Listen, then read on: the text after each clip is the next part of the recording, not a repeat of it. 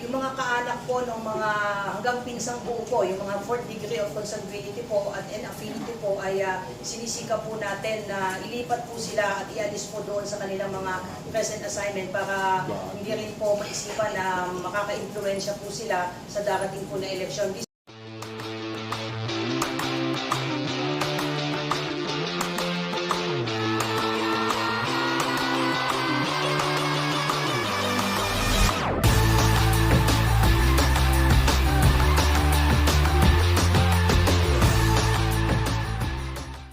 May change na depende nga po sa mangyayari nga po sa pag-provide po ng certificate of candidacy po. Ma'am, when you say kaanak, anong degree yung inaabot para ma-qualify na ma-consider dito sa unit assignment?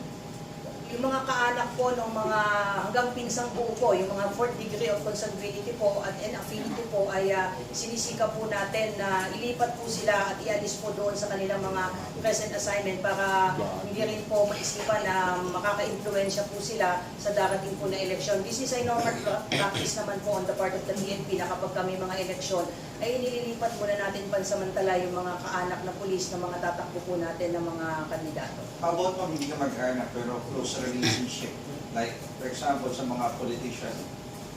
Kung may mga ganitong concern, sir, ay po pwede naman po natin na pag-usapan po ito at kinukuha po natin yung mga opinion po at mga saloobin po ng mga kandidato natin if they feel na this may influence somehow po yung mga pulis, then we will might consider po din na transferring din po itong mga pulis na sinasabi nila. But then again, kailangan din po natin ng proseso, hindi lang po pocket sinabi na ito ay malapit dito sa isang kandidato na ito, that will only be the basis of the PNP. Again, we have to really validate and assess kung meron po bang batayan itong mga sinasabi po ng ilang mga politiko na maaaring maka-influensya po ng eleksyon sa kanilang mga lugar po. Ma'am, yung sa 300 plus na police, na-notify na sila na possible sila magkaroon ng unit assignment, naghahanda na ba sila?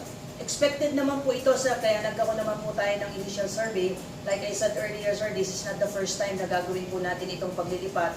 Tuwing may election po ay expected po ng ating mga pulis ito na sa matter of process po ay pansamantalang ililipat nga po sila para nga po hindi magkaroon ng ECP na maaaring magamit yung kanilang mga posisyon para influensyahan po yung mga eleksyon sa kanilang lugar po.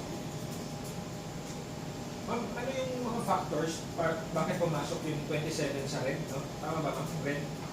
Ano po yung mga factors no? Bakit na consider sila as red? Ang isang area po, sir, ay mapapasok po sa red category kapag yung isa o dalawang factors po under yellow category, gaya po ng there is a occurrence po of suspected election-related incidents in the 2 preceding elections at meron pong recorded na intense political rivalry at meron din pong occurrence ng possible politically motivated election-related incidents sa current election period.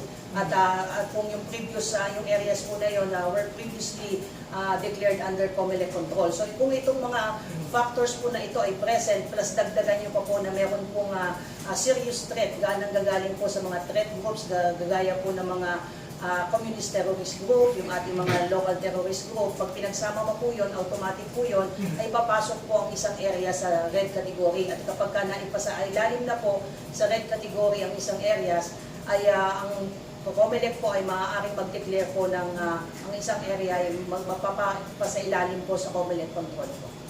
So ma'am, i-observe yung ngayong election. Di ba, parang I understand nung dati yung Batangas under COMELEC control yung dati. Tapos nawala. So at dito po ma'am, yung mga, can you give us an example? Ano po yung example dun sa pasok ngayon sa red? At ano rin yung mga remaining factors na meron sa yellow and orange siya?